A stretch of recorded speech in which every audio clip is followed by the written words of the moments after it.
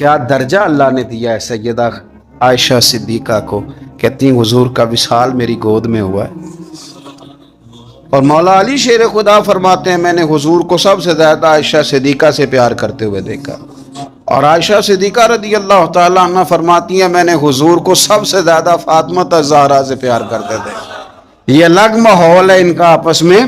تو حضرت عائشہ صدیقہ اتنا بڑا مقام، لیکن وہ فرماتی ہیں میں نے ساری زندگی سیدہ خدیجۃ الکبریٰ پر رشک کیا.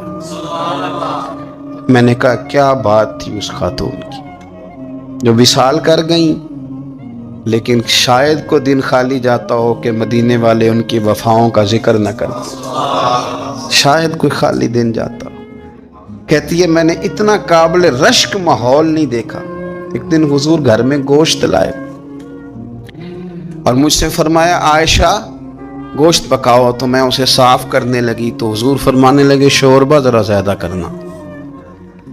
میں نے عرض کی حضور کیا کچھ مہمان آئیں گے گھر میں؟ تو فرمایا نہیں عائشہ، مدینہ منورہ میں نا مجھے پتہ چلا ہے خدیجۃ الکبریٰ کی کچھ سہیلیاں آئی ہیں، تو شوربہ بنا میں انہیں پہنچاؤں گا.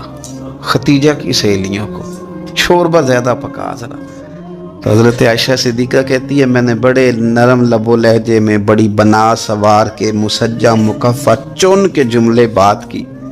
میں نے عرض کی حضور سنا ہے وہ آپ سے 15 سال عمر میں بڑی تھی، نکاح بھی پہلے ہو چکا تھا، اور بتاتے ہیں لوگ کہ بظاہر کوئی حسن و جمال بھی اس ماحول کا نہیں تھا. حضور اللہ نے آپ کو جوان اور خوبصورت بیویاں دی ہیں، پر میں جب بھی سنتی ہوں جناب خدیجہ کا ذکر ہی سنتی ہوں. میں نے رشک کے انداز میں کہا. کہتی میں بات کہہ کے خاموش ہو گئی، اور جب میں نے نظر اٹھا کے دیکھا تو حضور کی آنکھوں میں آنسو.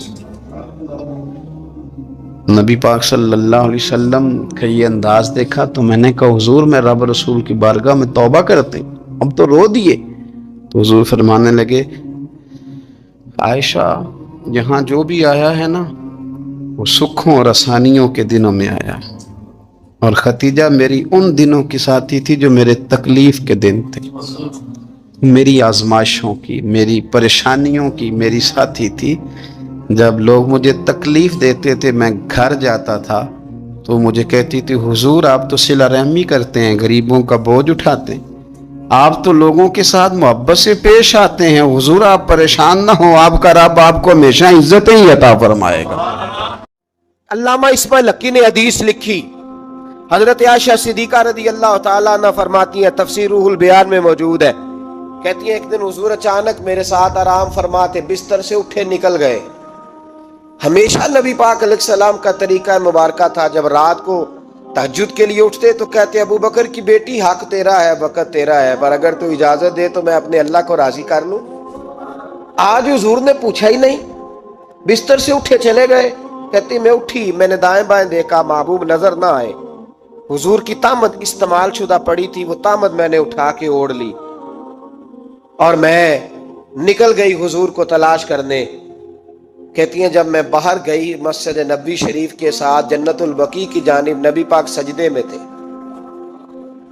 کہتی ہیں میں گئی، تھوڑی دیر کھڑی ہوئی، حضور نے آہٹ سنی تو پوچھا تو کون ہے؟ میں نے کہا میں عائشہ ہوں. تو محبوب نے فرمایا یہ عائشہ کون ہے؟ میں نے کہا یا رسول اللہ میں آپ کی زوجہ. فرمایا زوجہ کیا ہوتی ہے؟ یا رسول اللہ میں ابو بکر کی بیٹی. تو نبی پاک نے فرمایا یہ ابو بکر کون ہے؟ حضرت عائشہ کہتی ہیں میرا کلیجہ پھٹنے کو آیا، میں وہاں سے پریشان حال واپس آئی. جب میں گئی تھی تب بھی ہلکی ہلکی بارش تھی، واپس لوٹی تو پھر بھی ہلکے ہلکے قطرے بارش کے گر رہے تھے. میں آ کے ہامتی کامتی بیٹھ گئی. تھوڑی دیر گزری تو نبی پاک تشریف لے آئے.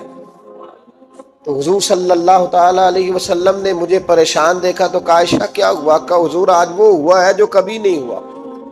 یا رسول اللہ میں پریشان ہو گئی. حضور عجیب بات ہے، میں گئی ہوں، آپ نے پوچھا کون ہے تو میں نے کہا میں عائشہ. کا عائشہ کون؟ آپ کی زوجہ. فرمایا زوجہ کون؟ ابو بکر کی بیٹی. کا ابو بکر کون؟ اور پھر حضور میں گئی ہوں تو میرے کپڑے بھیگ گئے، آپ آئے ہیں تو کپڑے خشک ہیں، سمجھ نہیں آئی. تو لفظ سنو حدیث کے، نبی پاک نے فرمایا عائشہ لی مع اللہ وقت، میرا اپنے اللہ کے ساتھ ایک وقت ہوتا ہے. کس کے ساتھ؟ آج میرا دوستوں کے ساتھ وقت ہے، آج میرا گھومنے کا وقت ہے، آج میرا خوش گپیوں کا وقت ہے، آج میرا سیاحت کا وقت ہے، آج میرا پکنک کا وقت ہے. میرے نبی پاک نے فرمایا لی مع اللہ وقت. عائشہ، میرا اپنے اللہ کے ساتھ ایک وقت ہوتا ہے. اس وقت نہ وہاں کوئی فرشتہ آ سکتا ہے، نہ کوئی نبی اور مرسل آ سکتا ہے. جب فرشتہ اور نبی نہیں آ سکتے تو عائشہ اور ابو بکر کیسے آ سکتے ہیں؟ تو کہا یا رسول اللہ پھر وہاں ہوتا کون ہے؟ تو حضور فرمانے لگے ایک میں ہوتا ہوں، دوسرا میرا رب ہوتا ہے. نبی پاک صلی اللہ تعالی علیہ وسلم کے حرم محترم میں داخل ہونے والی ہر خاتون ہی بڑی شانوں والی ہے. وہ پاک باز اور بلند بخت خواتین جنہیں حضور سید عالم صلی اللہ تعالی علیہ وسلم کی خدمت عالی مرتبت میں حاضری کا شرف ملا، وہ جو حضور کی ازواج مطہرات ہیں، اللہ تعالیٰ نے انہیں بڑے ہی درجات عطا فرمائے. لیکن ان خواتین میں سے سیدہ خدیجہ الکبریٰ رضی اللہ تعالی عنہا، سیدہ عائشہ صدیقہ رضی اللہ تعالی عنہا انفرادی شان رکھتی ہیں. باقی تمام بھی کئی شانوں میں منفرد ہیں، کئی مقامات میں منفرد ہیں. آج ہم بات کرنے جا رہے ہیں سیدہ عائشہ صدیقہ رضی اللہ تعالی عنہ، وہ خاتون جس کو میرے نبی پاک صلی اللہ تعالی علیہ وسلم نے فرمایا عائشہ تم سے نکاح کرنے سے پہلے حضرت جبریل امین علیہ السلام 3 دن تک ریشمی کپڑے میں تمہاری صورت لپیٹ کے لا کے مجھے دکھاتے رہے، اور عرض کرتے یا رسول اللہ صلی اللہ علیہ وسلم یہ عائشہ دنیا اور آخرت میں آپ کی بیوی ہے. نبی پاک سید عالم صلی اللہ تعالی علیہ وسلم نے اس پاک باز خاتون سے فرمایا عائشہ یہ جبریل کھڑے ہیں اور تمہیں سلام کہہ رہے ہیں. حضرت عائشہ صدیقہ رضی اللہ تعالی عنہ کو اللہ تعالیٰ نے بڑی شانیں عطا فرمائیں، اور سب سے بڑی شان یہ تھی کہ وہ رب کے حبیب کی محبوبہ تھی. نبی پاک علیہ السلام نے سیدہ فاطمہ الزہرا رضی اللہ تعالی عنہ سے خود فرمایا، کہا فاطمہ تمہارے باپ کو عائشہ سے بڑھ کر کوئی بھی محبوب نہیں. حضرت عائشہ صدیقہ رضی اللہ تعالی عنہ کو اللہ تعالیٰ نے انفرادی عظمتوں سے نوازا، انفرادی شانوں سے نوازا. ان کو اللہ تعالیٰ نے بے شمار خصوصیات عطا فرمائی. حکیم الامت مفتی احمد یار خان صاحب نعیمی رحمۃ اللہ علیہ فرمایا کرتے تھے سیدہ عائشہ صدیقہ کے فضائل تو ریت کے ذروں سے بھی زیادہ ہیں، بارش کے قطروں سے بھی زیادہ ہیں. ان کے فضائل تو درختوں کے پتوں سے بھی زیادہ ہیں. اللہ تبارک و تعالیٰ نے انہیں بڑی عظمتوں سے شانوں سے نوازا. حضرت ابو موسیٰ اشعری رضی اللہ تعالیٰ عنہ فرماتے ہیں کہ نبی پاک علیہ الصلوۃ والسلام کے اصحاب کو اگر کسی دینی مسئلے میں اشکال ہوتا تھا تو وہ جا کے اپنا مسئلہ سیدہ عائشہ صدیقہ سے حل کروایا کرتے تھے. اللہ تعالیٰ نے انہیں اتنا علم عطا فرمایا تھا کہ صحابہ کرام اپنے مسائل جا کے سیدہ عائشہ صدیقہ رضی اللہ تعالیٰ عنہ سے حل کراتے. کیوں؟ اس لیے کہ انہوں نے دین مدینے والے رسول سے لیا تھا، انہوں نے ڈائریکٹ حضور سے دین حاصل کیا تھا، فیض یاب ہوئی. حضور سے جو کچھ انہوں نے حاصل کیا انہوں نے امت میں تقسیم کیا ہزاروں کی تعداد میں. حضرت عائشہ صدیقہ رضی اللہ تعالیٰ عنہ کی مرویات ہمارے سامنے موجود ہیں. حضرت حکیم الامت مفتی احمد یار خان صاحب رحمۃ اللہ علیہ فرماتے ہیں کہ از آدم تا ایدم یعنی جناب آدم علیہ السلام سے لے کر آج تک کائنات میں حضرت عائشہ صدیقہ رضی اللہ تعالیٰ عنہ سے بڑی عالمہ فاضلہ خاتون کوئی نہیں ہوئی. انفرادی علم اللہ تعالیٰ نے انہیں عطا فرمایا. لوگ ان سے مسائل پوچھتے، لوگ ان سے بات کرتے. پھر علم تھا، اور علم کے ساتھ اللہ تعالیٰ نے انہیں تقوی کی توفیق عطا فرمائی تھی. صحبت مصطفیٰ کریم علیہ السلام کی برکت سے ان کے اندر اللہ تعالیٰ نے وہ خوبیاں جو تعلیم امت کے لیے اور ہماری اس ماں کی وہ شانیں جن پر ان کی اولاد عمل کرے تو وہ اللہ کے قریب چلی جائے۔ حضرت عروہ بن زبیر رضی اللہ تعالیٰ عنہ فرماتے ہیں کہ یہ عجیب سخی خاتون تھی، 70,000 دینار میں نے ان کے ہاتھ میں دیکھے، سارے انہوں نے اللہ کے راستے میں خیرات کر دیے، لیکن جب میں نے ان کے اپنے کپڑے دیکھے تو ان کو پیوند لگے ہوئے تھے۔ 70,000 دینار خیرات کر رہی، اپنے کپڑوں کو پیوند لگے ہوئے۔ 1,00,000 دینار ان کے پاس تھا۔ ان کی خادمہ کہتی ہیں سارا ہی سیدہ عائشہ صدیقہ نے خیرات کر دیا۔ میں نے کہا اماں جی کو 1 دینار رکھ لیتی ہیں، آپ کا روزہ تھا، میں کچھ کھانا لے آتی، آپ کھا لیتی۔ تو فرمانے لگیں کہ پہلے یاد کراتی تو شاید میں رکھ لیتی، تو سب بانٹ دیا اللہ کے راستے میں۔ حضرت عائشہ صدیقہ نے یہ اثار حضور سے سیکھا، امت کو سکھایا۔ فرماتی ہیں ہم کوئی مجبور تھے فاقے کرنے پر؟ حضور کے در دولت پر تو خدا کے فضل سے بڑی نعمتیں آتی تھیں، لیکن حضور ساری ہی رب کے راستے میں خیرات کر دیا کرتے تھے۔ ان کے اندر پھر اتنا اثار کا جذبہ پیدا ہوا، اتنا انہوں نے ساری زندگی اتنی خیرات کی، اتنا اثار کیا کہ گنبد خضرا کا وہ حجرہ نور جس میں حضور علیہ السلام کا وہ نورانی مزار ہے، جس پر 70,000 فرشتے صبح درود و سلام پڑھتے ہیں، 70,000 شام کو پڑھتے ہیں، وہ حضرت عائشہ صدیقہ کی ملکیت تھا۔ سیدہ عائشہ صدیقہ رضی اللہ تعالیٰ عنہ فرماتی ہیں اس میں حضور کی مقدس تدفین ہوئی، پھر میرے والد حضرت سیدنا ابو بکر صدیق کی تدفین ہوئی، پھر ایک قبر کی جگہ باقی تھی میں نے اپنے لیے رکھی ہوئی تھی۔ لیکن قربانی کا جذبہ ایسا تھا، اثار کا جذبہ ایسا تھا کہ جناب عمر کو زخم لگا، انہوں نے اپنے بیٹے کو بھیج کے کہا کہ اماں جی سے پوچھو میرا بھی دل کرتا ہے کہ میں حضور کے قدموں میں سیدنا صدیق اکبر کے پہلو میں لیٹ جاؤں۔ حضرت عبداللہ ابن عمر کہتے ہیں میں نے جا کے کہا تو وہ رو پڑی، کہنے لگی کوئی اپنی قبر کی جگہ کسی کو نہیں دیتا، پر عمر سے کہنا جاؤ میں نے تمہارے لیے اثار کیا۔ اتنا جذبہ قربانی کا ان کی طبیعت میں پیدا ہوا، اور پردے کا یہ حال تھا۔ امت کی بیٹیوں کو انہوں نے با پردہ اور باوقار رہنے کا یہ انداز بتایا کہ سیدہ عائشہ صدیقہ فرماتی ہیں حضور سید عالم علیہ السلام میرے حجرے میں تدفین ہوئی، حضور کا وصال ہوا، وہیں دفن ہوئے تو میں بغیر پردے کے جاتی تھی، حضور میرے شوہر ہیں۔ اور پھر جب وہاں جناب صدیق اکبر کی قبر مبارک بنی تو وہ میرے والد تھے، میں بغیر پردے کے جاتی تھی۔ اور جب وہاں حضرت عمر رضی اللہ تعالیٰ عنہ کی قبر بنی تو پھر میں نے پردہ کر کے جانا شروع کیا، اس لیے کہ عمر میرے لیے محرم نہیں تھے، میں پردہ کر کے جاتی تھی۔ تو حضرت عائشہ صدیقہ امت کی بیٹیوں کو بتاتی ہیں کہ میں تو مزار پہ